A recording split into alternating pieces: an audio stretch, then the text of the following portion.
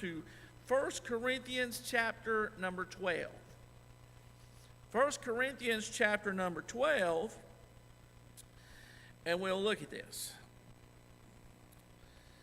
In chapter number 12, verse number 31, it says, "But covet earnestly the best gifts, and yet I show unto you a more excellent way." So we're gonna get over into chapter number 13 here, and everyone, if you've been in church very long at all, you know what 1 Corinthians chapter 13 is. But so the Corinthian church was a very carnal church. We know they had all kinds of issues, some of them with immorality, but they also had gifts, and they were really focusing in on the gift of tongues, and they really were really just focusing down on the gift of tongues. And Paul really had to get onto them and explain to them that he'd rather speak 5 words in a known language than all these other words in an unknown language. And so, but they were really focused, and they were focused on the smallest gift. And so he's like, look, I need y'all to understand something. So when he gets to chapter 13, again, in the last verse of chapter 12, he said, "I'm going to show you a more excellent way." So he's gonna teach them something. He's gonna teach them something, and it's something that we all should incorporate into our Christian life. He said, "I show you a more excellent way." He said, "Though I speak with the tongues of men and of angels, and have not charity, I am become a sounding brass or a tinkling cymbal." Now we know, we know our King James Bible interprets, is the correct version of the Bible, and so it uses the word charity instead of love. And if you study, which I'm not a Greek scholar. My father-in-law was the man that knew Greek, and he taught Greek in college and everything. But we know that sometimes in the Greek language there are multiple words that describe that, but in the English, the U.S. Sorry, that's my Kaiser coming out. In Kaiser we have GB English for Great Britain, and then we have U.S. English. So that was my air compressor background coming out right there. But anyway, in the English language, they translate it as love. But there were multiple words in the Greek language, and this is agape. And so I wrote down the definition that Matthew Henry had, because I kind of liked it the best. He said agape is love in its fullest and most extensive meaning, true love to God and man, a benevolent disposition of mind towards our fellow Christians, growing out of sincere and fervent devotion to God. And so, like I said, I kind of like that definition the best, because it, like I said, it's just more than just love. It's more than just love. And so as we read this charity, you're going to see that that's what he's talking about. That again, it's not just love. It's charity. And he says, "And though I have the gift of prophecy, and understand all mysteries and all knowledge, and though I have all faith, so that I could remove mountains, and have not charity, I am nothing." So again, if you think about it here, again, he's teaching to the Corinthians. He's showing the Corinthians a more excellent way, and he's like, hey, these things that you're bragging about, if all I had was those things and didn't have charity, it doesn't mean a thing. If all I have was the ability to prophesy, and I don't have charity, I'm nothing. And if I'm the smartest man in any room I walk into and I don't have charity, I'm nothing. And if I have faith, like Jesus said, the faith of a grain of a mustard seed, and you could move a mountain. He said, if I have the faith so that I could move a mountain, and I have not charity, I'm nothing. He said in verse number 3, he said, "Though I bestow all my goods to feed the poor, and though I give my body to be burned, and have not charity, it profited me nothing."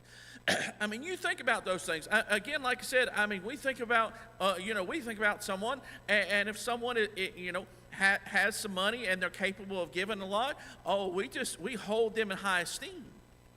But if that person gives a lot of money and has not charity, the Bible says that he's nothing in God's eyes. He's nothing in God's eyes. And so you can give a lot of money, but if you don't have this charity, if you don't have this love for God and this love for people and show that love, Paul said, you're wasting your time.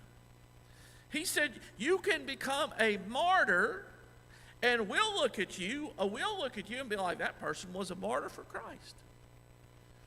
But if they did it out of some kind of vainglory, some kind of reason to, and again, they're not gonna see the results, because they've martyred themselves. But though they gave their body to be burned, if it was all for some kind of show and not for the cause of Christ, he said it wasn't worth doing. And so here's what I want us to see this morning. In this, he describes charity. And so I wrote them down, and I want us to think about in Galatians chapter number 5. In Galatians chapter number 5, you're going to see it says charity, and it describes things that charity does. And just like in Galatians chapter number 5, it says the fruit of the Spirit is love. And then afterward, there are these other things. And so as he describes charity, he says, charity suffereth long. So let me look at in Galatians chapter number 5. It says, but the fruit of the Spirit is love, and the third thing after that is long suffering.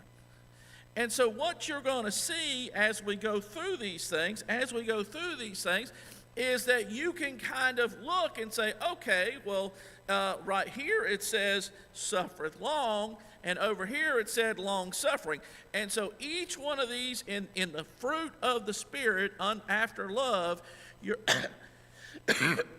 going to be able to match them up with 1 Corinthians chapter number 13, evidences of charity, which again, like I said, is love, but it is agape love. It is a much bigger thing. And we know that the Bible says that the love of God is shed abroad in our hearts by the Holy Ghost. And so another thing, let me just flip back to it too. Let me read it. Let me read it now, just because I want to read it. In John chapter number 13, you don't have to go back there. But in John chapter 13, Jesus is talking to his disciples. And he says something that, again, I don't think we focus enough on. I think, like I said, when I first got saved, I got saved in the era where everyone was trying to out-preach the other person. You know what I mean, Brother Parks? I mean, you were around in that generation that everyone was trying to out conviction the other person. They were trying to, I really skinned them today, or I let them have it today. And I believe there's, I know the Bible says reprove, rebuke, and exhort, and so I understand, I understand that. But I think there was a certain time period where in Baptist circles, especially Baptist camp meetings, that they really kind of focused in on the reproving and the rebuking, and they forgot the exhorting.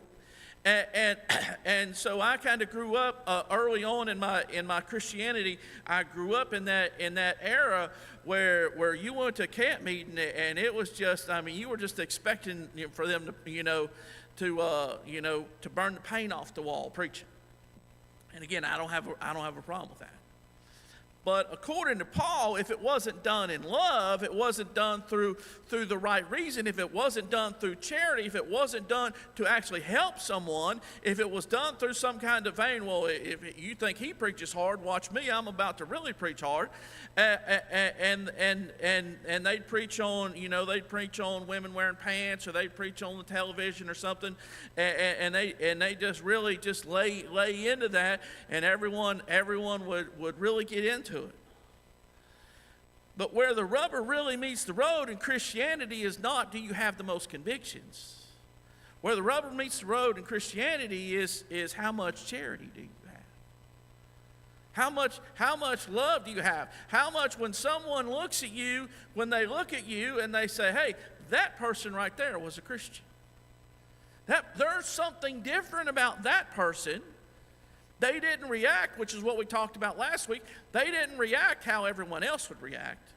The world, the world loves their friends.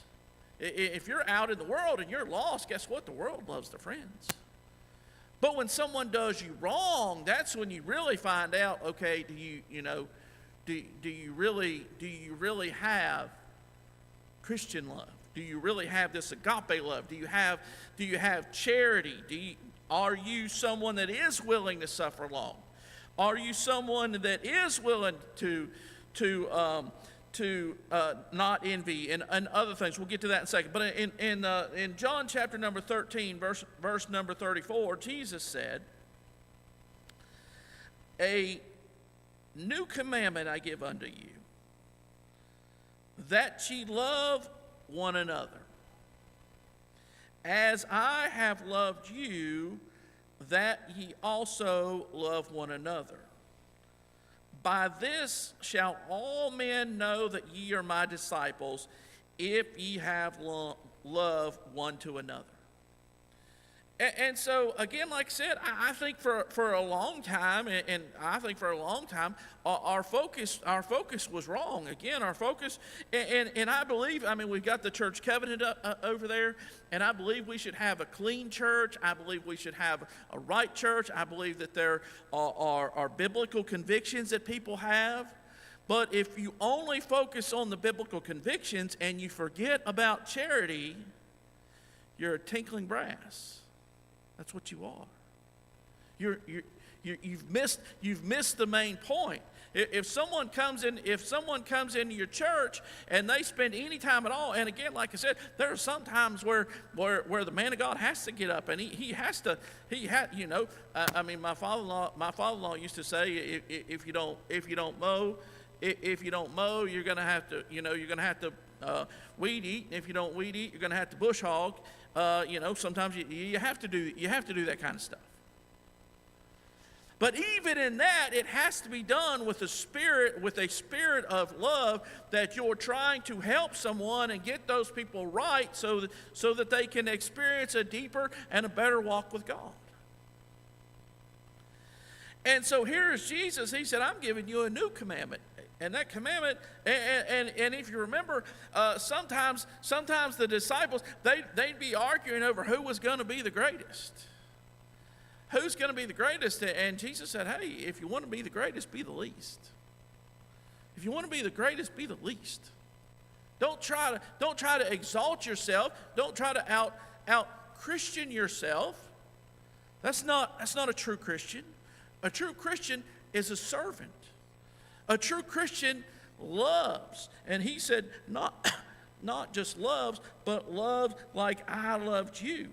He said, a new commandment I give unto you, that ye love one another as I have loved you, and that ye also love one another. He said, by this all men shall know that you're my disciples, if you have love one to another. And so you'll see that whenever a church is full of love, it is a church that God is pleased with. In the end of this, it's very interesting to me, because it says, Simon Peter said unto him, Lord, whither goest thou? It's amazing to me how many times Jesus said something, and Peter had something else on his mind, and then as soon as Jesus was done talking, he brought up something else. Brother Parks, it drives me crazy. Me and my wife. Oh, I know. So Grady's starting college tomorrow. He's starting college tomorrow, and so Adriana was looking up his thing on the computer, and she was reading one of the teachers, basically, what he expected. what he expected out of them. And so she's reading that, and while she's reading that, she's like, Grady, are you paying attention? Grady, are you paying attention? Grady, and Grady wasn't listening. He said he was, but he wasn't listening. And as soon as she would stop talking, he would bring something else up. And it was one of the things that he said, if I'm talking, and I'm going to paraphrase, but he said, if I'm talking, you're listening. He said, one of the things I will not tolerate is for you to talk over me. He said, I won't tolerate it. He said, if it happens one time, he said, I'm going to say something to you. If it happens more than one time, we're going to have an issue. And if we have an issue, I'm going to suggest that maybe you don't need to be in my class. And so we were kind of having a conversation, and which Jake's not in here this morning, but Jake, Jake works for the same company that I work for.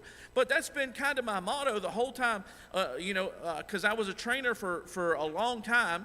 And so I'm like, I would take anybody, and I don't care how intelligent you are. You don't have to be the brightest bulb, you don't have to be. As long as you're willing to learn and you're willing to listen. I'll show you and show you. I'll show you again. You can ask me the same question over and over. I'm going to give you the same answer over and over. But you can ask me the same question over and over. And as long as you say, I know you told me this, and I just can't quite remember, I'm good with that. And y'all that have been in here a while, y'all know. But Brother Wayne, I will not train someone that doesn't want to learn. I'm not wasting my time. And I will not train someone that doesn't know but thinks they know more than me. And I just won't do it. I'll just come back and be like, here, y'all can have him. And 9 times out of 10, that person it will not be employed with us for very long. We had a guy, and I don't care, it didn't matter what we were talking about. The first statement out of his mouth was, well, actually. You could be talking about nuclear bombs, and he'd say, well, actually. You could be talking about truck driving, well, actually. You could talk about anything you wanted to talk about, and he was going to tell you that he knew more than you. Well, actually. I took him out on a job. We were on a job. It was at the railroad, and I remember to this day we took him out, and probably not being very charitable right here, but anyway, I took him out on the job, and we went out there, and I was showing him stuff, and Brother Wayne, he said, well, actually, one too many times. I said, you know what? We're done. And so we just did our stuff. I stopped showing him anything. I stopped telling him anything. Next day, they send him out on a call. Guess who he calls? He calls me, and he's having a problem. And he said, hey, I got this problem. I said, you remember when we were working yesterday? Yeah. Do you remember when I was trying to tell you stuff? Yeah. And do you remember you kept saying, well, actually? Yeah. And you didn't want to listen? Yeah. I'm like, yesterday I was going to explain this to you, but today, now you need it, but you didn't listen yesterday. And Peter was that way. Over and over and over again. Jesus is talking. Jesus is trying to tell him something, and instead of listening, he had something else on his mind. And he's like, hey, maybe we should build 3 tabernacles. What? You need to listen. It was good for us to be here. He says, Simon Peter said unto him, Lord, whither thou goest? Jesus answered, whither I go, thou canst not follow me, but thou shalt follow me afterwards. If you remember, he was talking about John. And Jesus said, what's that? What is that to you? What is that to you? What's it matter? What's it matter to you? Peter said unto him, Lord, why cannot I follow thee now? I will lay down my life for thy sake. Jesus answered him, wilt thou? Wilt thou lay down thy life for my sake? Verily, verily, I say unto thee, the cock shall not crow till thou hast denied me thrice. So here's Jesus trying to teach them, hey, love is the most important thing. Love is the most important thing. If you want to really prove to the world that you're my disciples, You need to start showing love towards each other. And Peter's like, hey, I want to know where you're going. And Jesus said, hey, I want you to understand you can't follow me. You can't follow me now. And he said, I will lay down my life for thy sake. Now, we know the story, Peter. We know that he did deny. He did deny 3 times. He did deny the Lord. And it never even crossed his mind. And so if you, and you know, I'll turn over that. But in John chapter number 21, verse number 14, and if you remember from when we were on talking about Jesus and his death and his burial and his resurrection, if you remember, the angel said to the women, go tell his disciples and Peter. There was probably some hard feelings. Because Peter denied the Lord, and everyone found out, hey, Peter denied the Lord. He said he didn't even know him. And so those hard feelings, so those angels said, you go tell his disciples and Peter. And so here in verse number 14, this is now the 3rd time that Jesus showed himself to his disciples after that he was risen from the dead. So when they had dined, Jesus saith to Simon Peter, Simon, son of Jonas, lovest thou me more than these? And here's a man that failed a test. And it's okay to fail a test. It's okay to fail a test as long as you're willing to take the test over and get it right the next time. You know, it's one of the things when Grady does his schoolwork. We'll go back to Grady here for a second. But when Grady does his schoolwork, like he so wants to get 100. He so wants to get 100 that if he gets to a problem that he's stuck on, he really just sticks there. And I'm like, Grady, listen, when you get somewhere where you have a timed test, you've got to move on. You've got to move on and then come back. Because if you get stuck on problem number 3 and it's a 10-problem test and you're only on number 3, even if you finally get number 3 right, you didn't answer the other 7, at the best you got a 30% on your test. So go on to 4, 5, 6, 7 up to 10 and then come back to number 3 and work on it. And if you only miss 1, you still got a 90. And so, but it's okay. It's, you know, again, I'm not justifying, but you understand what I'm saying. We're human. We're in this body of flesh, and there are times that we're going to fail. And here is Jesus. I think you know, having Peter as a disciple was a great thing because we can watch someone that sometimes talk. You know, again, you can identify yourself a lot of times in some of these disciples, and I can see myself. You know, I can see myself in Peter in the fact that he was a lot of times the first to raise his hand with an answer, and it wasn't always right, but he wanted to be first. He'd rather be first than right. And sometimes that was a good thing because he's the one that got out of the boat. He got out of the boat. And now we judge him because he got out of the boat and then he got to looking at the waves and he went in the water, but at least he got out of the boat. And so a lot of times he was talking when he should have been listening. But yet here it is. Jesus was talking about love and Peter was thinking about something else. And then he says, hey, he said, you're going to deny me. And then he denied him. And so then what does he say? He's trying to teach Peter the reason you failed was because your love was not right. I was teaching about love. I was teaching about love, and you were thinking about something else. And then I said, hey, you're going to deny me. Why? Because your love is not right. You think about your love. If in a marriage, if your love is right, whether if you're a male and you're married to a female, or you're female married to a male, if your love is right, you will not be looking for someone else. You will not be speaking to someone else. You'll not be, in a flirtatious way. You understand what I'm saying? You understand what I'm saying? Because your love is right. And if your love is right towards God, then when you're faced with a trial, when you're faced with a temptation, he said, I'll make a way of an escape. You'll take the way of escape instead of continuing down. When lust is conceived, it bringeth forth sin, and sin when it's finished, it brings forth death. And so instead of following down that lust has conceived and following down that pathway, you say, this is not right. This is not right. This is not what a Christian would do. If my love for God is right, then I would not do this. And so therefore, I'm not going to do this. But Peter, at that point in his life, they're like, hey, you were with him. He said, I was not. I saw you with him. No, you did not. And then to prove that he wasn't seen, he cursed. He's like, well, I'll show you that I'm not a Christian. Well, listen to my talk. And he cursed.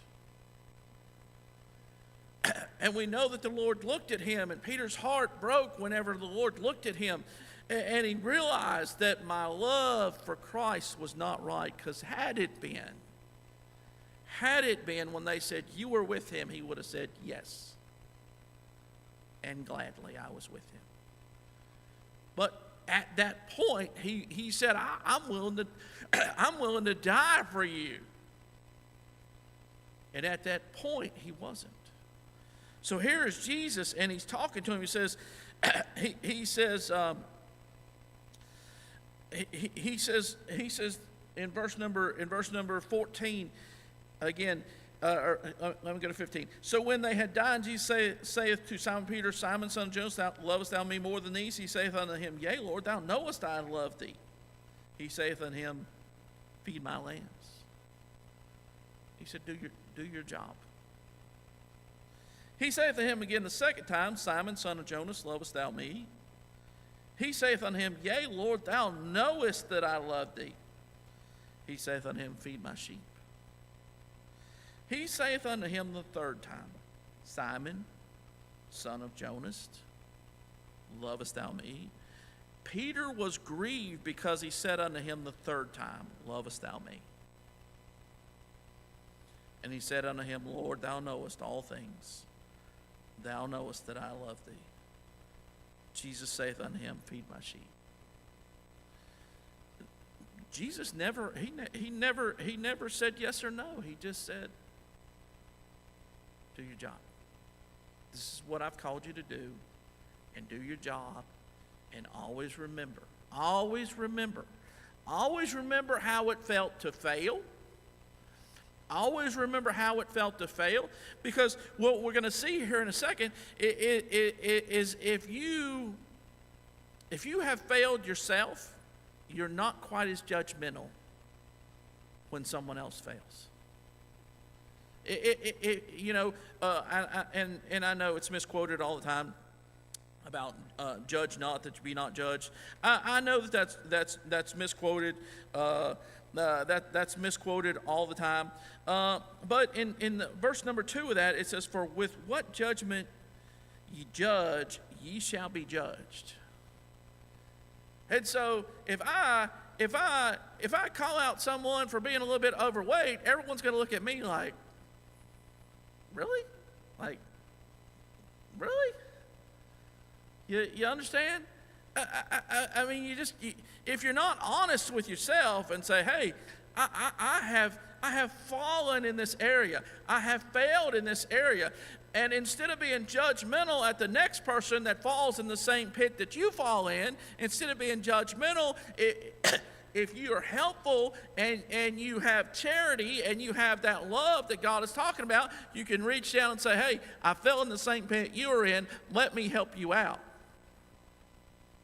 Let me help you out. I endured the same temptation that you endured. And maybe I didn't do so well, and let me help you out. And sometimes you can prevent someone from falling, because you can give your testimony and say, hey, this is where I failed. This is how I failed. And this is what got me. And don't let it get you. And sometimes you can prevent someone from falling.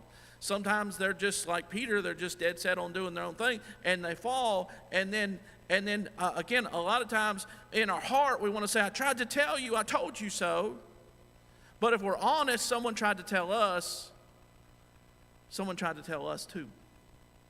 Someone tried to warn us, whether it was a Sunday school teacher, whether it was the pastor, whether it was an evangelist that come in, or or whether it was just the Holy Ghost as we read our Bible. We're warned, and instead of choosing to take that way of escape, we go down the path. And so the Bible's misquoted a lot because people want to say, "Judge not, you be not judged." It's not saying don't judge. That's saying if you do judge, you're going to be judged with the same judgment you judge that person. Because he said, with what measure you meet, it shall be measured to you again. And why beholdest thou the mote that is in thy brother's eye, but considerest not the beam that is in thine own eye?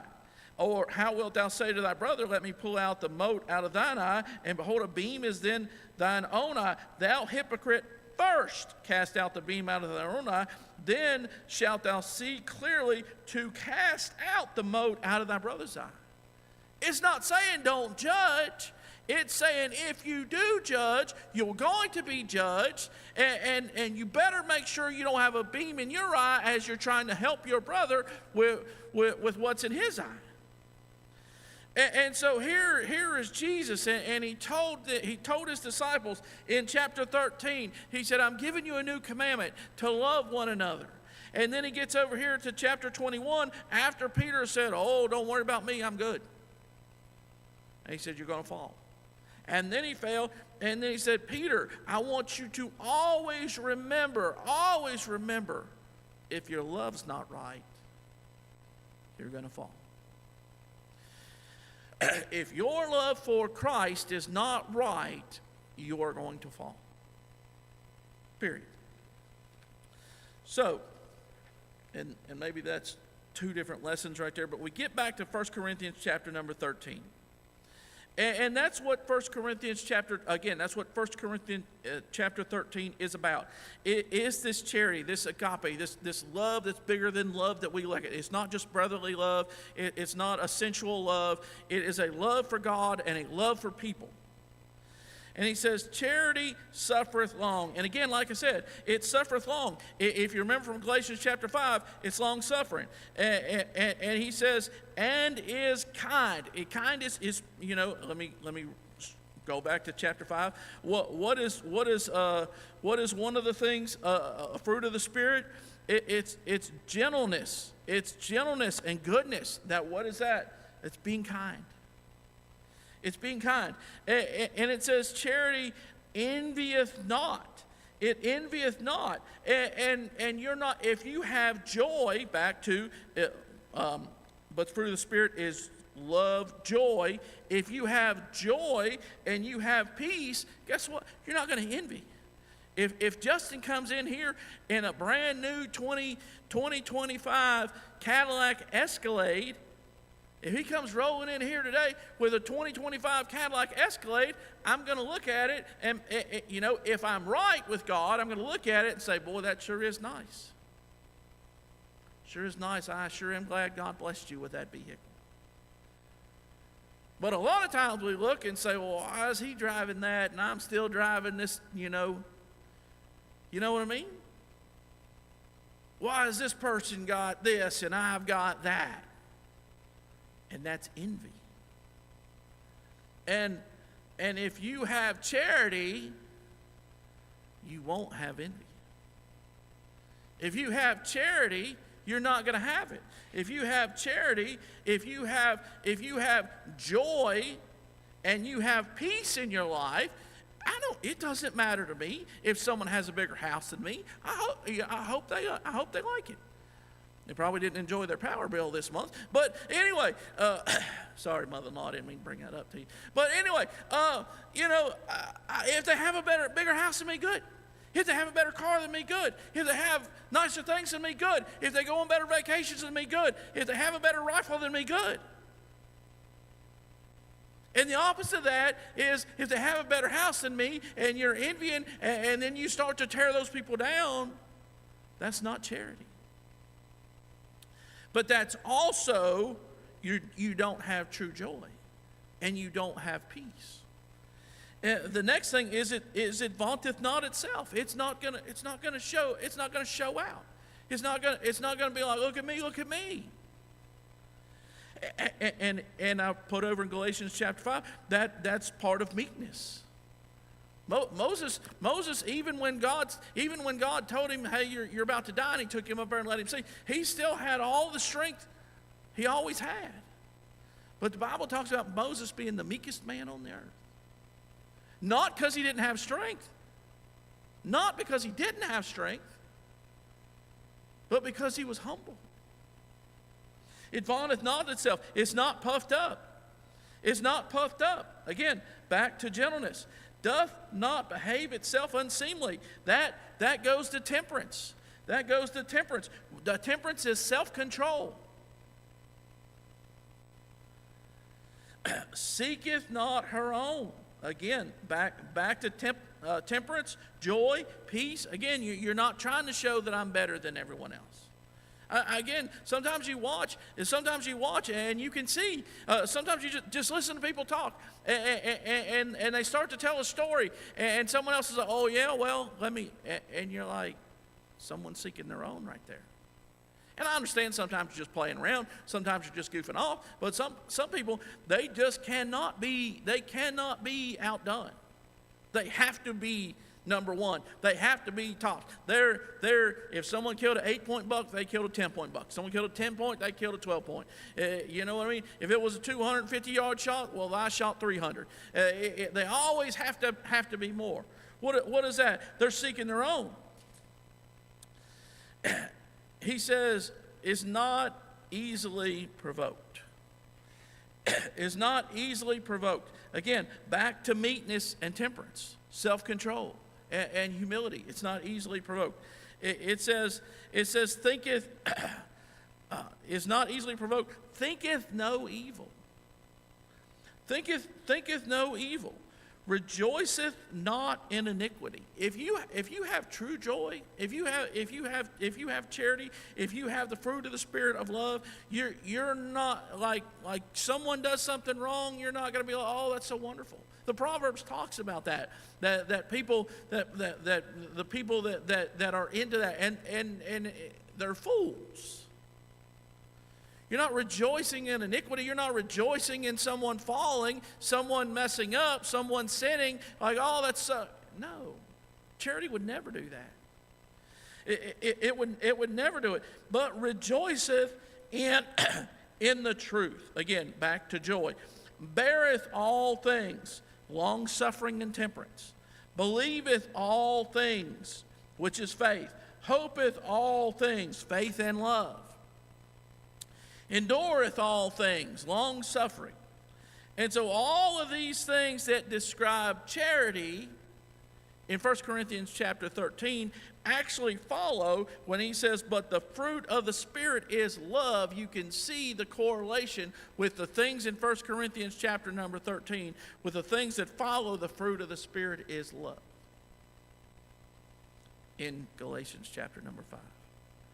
And so I do think there's actually a very strong chance. Like I said, you can look at it both ways. You can look at it as the fruit of the Spirit is love. The fruit of the Spirit is joy. The fruit of the Spirit is peace. But you can sum it up. You can sum it up with charity. You can sum it up that if your love is right, if your love is right for God and your love is right for your fellow man, then all these things are going to follow. Thank you.